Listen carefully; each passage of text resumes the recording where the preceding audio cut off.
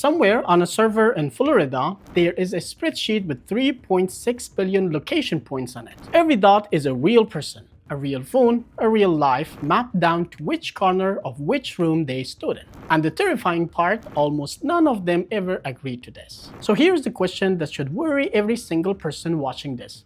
If a broker in Florida can handle this data to two journalists just for asking politely, what happens when the buyer isn't a journalist? What happens when it is an intelligence agency, a cartel, or someone who wants to find you? Let me explain how this actually works, because it is simpler and scarier than you would think. Every time you install an app and tap Allow on location access, that app can quietly package your movements and send them to advertising partners. Not vague, city-level data, precise, meter-accurate coordinates. Your home, your workplace, your kid's school, your gym, your doctor. Two German journalists at Netzpolitik got their hands on one of those datasets. It didn't just include names or IDs, it included patterns, and patterns are all you need to identify someone. Home address plus workplace address is basically a fingerprint. They tracked an 18-year-old's school bus route. They tracked a woman's dog walking route through the woods alone in the evening. And under EU law, this should not be happening. GDPR is explicit. Precise location data can only be collected for a specific disclosed purpose.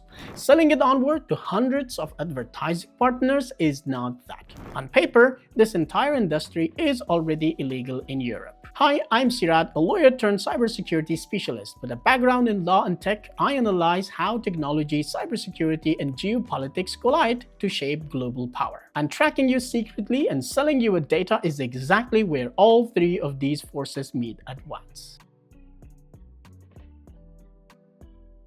So why is it still happening at scale? Because the enforcement gap between what the law says and what regulators can actually police is enormous, and the people exploiting that gap aren't just advertisers chasing clicks. In the same dataset, journalists traced a phone that visited a specific building near Bad Aibling in Bavaria every single morning. That building runs joint operations between the NSA and Germany's BND. Gym visits, a beer garden, a flight to the US Embassy in the Netherlands. That is not a shopping habit, that is a pattern of life. And pattern of life is exactly the term intelligence and security professionals use when they are planning how to approach, recruit, or even eliminate a target. John Bolton, former US National Security Advisor, called this is a genuine national security threat, and he is not exaggerating. Now take that same mechanism and put it on a battlefield. Ukrainian soldiers near Zaporozhye kept their phones on at a command post. Days later, a Russian missile hit that exact position. Nobody can prove the two are connected with certainty, but the location data existed. Starlink connections included, sitting in a commercial dataset that anyone could buy. If that is true even once, location data trading has become a live weapon in a live war. And it isn't only soldiers and spies. Egyptian journalist Basma Mustafa fled to Berlin after being imprisoned in Cairo. She still gets followed by men she recognizes from home. When researchers cross-referenced her building and her daily address against the broker's data, her entire routine was sitting there. Her daycare, her hospital, her playground, for a second-tier intelligence service that could never previously afford this kind of surveillance capability. This dataset is a gift. And in the United States, the same commercial pipeline is being used to track women crossing state lines for abortion care after Rio fell. Software called LocateX can show a phone crossing from a banned state into a state where the procedure is legal. That is not a hypothetical, that is happening right now to real people using ordinary apps like weather trackers and games. How many apps do you have in your phone that tracks your location and you give permission? Have you thought about it? Don't you see relevant ads after searching for a keyword, going to a specific location, or talking it with your friends and suddenly seeing similar advertisements? If so, please write your experience in the comments below after liking this video.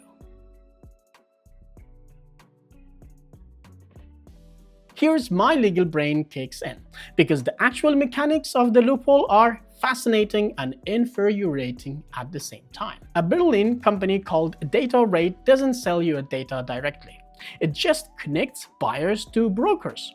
That single structural distinction is apparently enough in the industry's eyes to avoid direct liability under German and EU rules, GDPR, even though the end result is identical: your movements for sale. When North Rhine-Westphalia's Data Protection Authority raided the offices of Wetter Online, a weather app used by millions across Germany, the company insisted it only used location data to run the weather services. Investigators found a live data pipeline feeding Amazon, and evidence pointing to Google as well.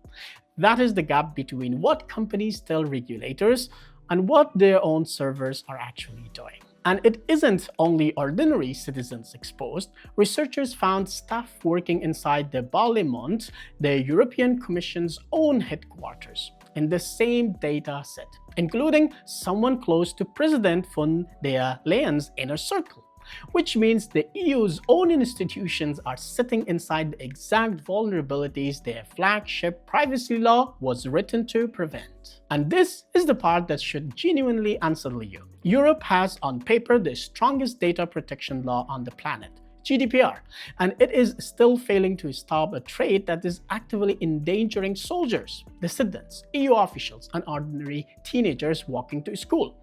The law isn't broken because it's badly written, it's broken because an entire industry has built its business model around technically complying with the letter of the law while completely ignoring its purpose. So here's my honest read on this as someone who spent time on both sides, the legal side and the tech side. Fixing this with more fine print, more consent pop-ups, more privacy policies nobody reads will not work. The only fix that actually closes this loophole is banning the trade of precise location data outright, and possibly banning targeted advertising built on movement profiles entirely.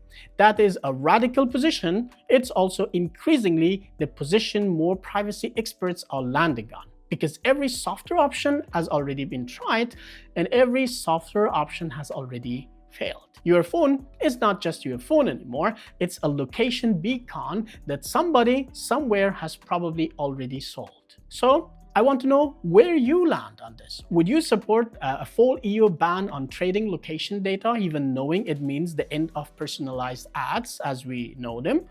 Drop your answer in the comments. I read everyone, and if this is the kind of a story you want more of, tech power and law colliding in real time, hit subscribe, because this is exactly what this channel is all about. See you in the next video. Take care. Bye.